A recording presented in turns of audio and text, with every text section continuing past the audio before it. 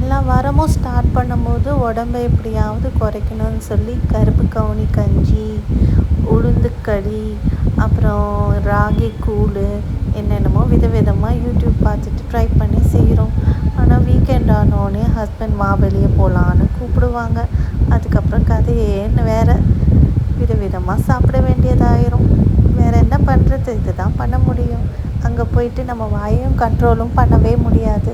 சரி, சாப்பிட்டுட்டு அடுத்த நாள் பேலன்ஸ் பண்ண வேண்டியதான் சாப்பிடாம. வாரத்துக்கு ஒரு நாள் இந்த மாதிரி நீங்கள் வெளியே போய் உங்களுக்கு பிடிச்சது ஏதாவது கொஞ்சம் சாப்பிட்டுக்கோங்க. ரொம்பவும் கண்ட்ரோலாகவும் இருக்க முடியாது. அது நீங்கள் அடுத்த நாள் காலையில் ஏதாவது கம்மி பண்ணி நீங்கள் பேலன்ஸ் பண்ணிடலாம். அந்த மாதிரி தான் நம்ம செய்ய முடியும். வேறு வழியே இல்லை. வாழ்ந்தாகணும்ல, சாப்பிடாம வாழ முடியுமா?